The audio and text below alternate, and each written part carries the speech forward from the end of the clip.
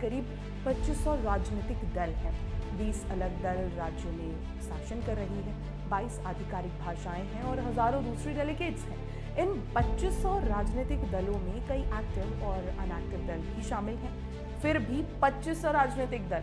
India has over 2,500 political parties.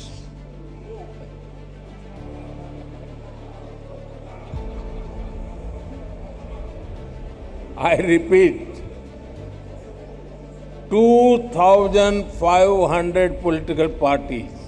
इतनी तो शायद लड़कियां अपनी शादी के लिए ड्रेस ऑप्शन नहीं देखती होंगी जितनी पार्टियां भारत में रजिस्टर्ड हैं। इनमें से कुछ पार्टियां तो ऐसी हैं जिनके नाम सुनकर आप सोचें कि भाई ये पार्टी है या व्हाट्सएप ग्रुप।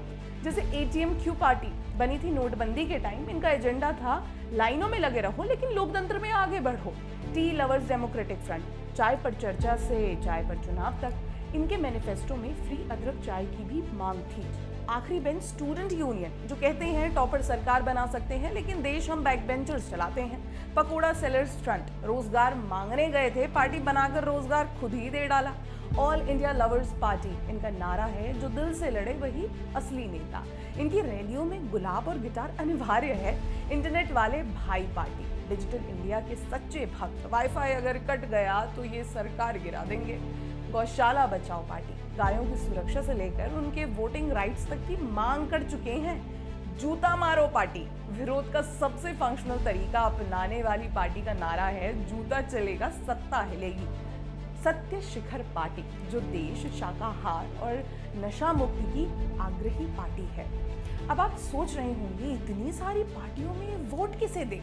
तो जवाब है, लोकतंत्र में असली मजा यही है कि आप जिसे चाहें उसे चुन सकते हैं या फिर जिसे बिल्कुल न चाहें वो खुद ही चुन लिया जाता है।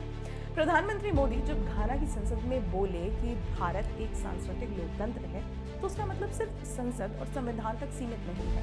हमारे यहाँ चुनाव सिर्फ एक प्रक्रिया नहीं है, ये त्योहार है जिसमें नेता प्रचार करते हैं, जनता ट्विटर पर व्यंग करती है और एग्जिट पोल वाले तोते की तरह भविष्यवाणी करते हैं। लेकिन इस शोरगुल के बीच जो बात सबसे अहम है वो ये कि इस देश में सबकी आवाज़ है, सबका हक है और सबका लोकतंत्र है।